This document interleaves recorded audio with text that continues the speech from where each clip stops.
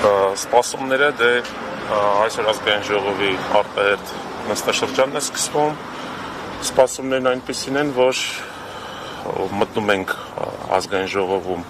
ինստիտուցիոնալ պայքարի մեջ, ինչպես նշել ենք, մեր պայքարը լինելու է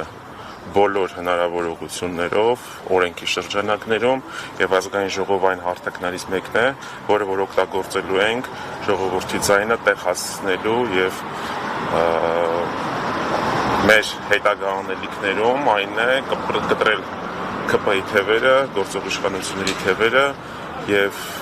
համապատասխան հող նախապատրաստել անցնցում, օրենքի սահմաններում, այսպես ասած, չասեմ իշխանապողության, բայց հասկանում եք։ Պարոն Աբրահամյան, ամեն դեպքում տեսանք, որ քաղաքացիական պայմանագիր կուսակցության տարբեր այսպես խոսափողներ, թե մինչ ընտրությունները, թե ընտրություններից հետո կոնկրետ այսպես սպառնալից ակնարկներով ասում էին, որ սպասում են ձեզ խորհրդարանում։ Չի վախեցնում ձեզ իրենց այս կտրուկ, սուր դիրքորոշումը։ Գիտեք, այսօր շուրջ տասնյակ ընկերներ ունենք, որ բանտարկյալի կարգավիճակում։ Մի քանի հարյուր մեր գործընկերներ այս ընթացքում ենթարկվել են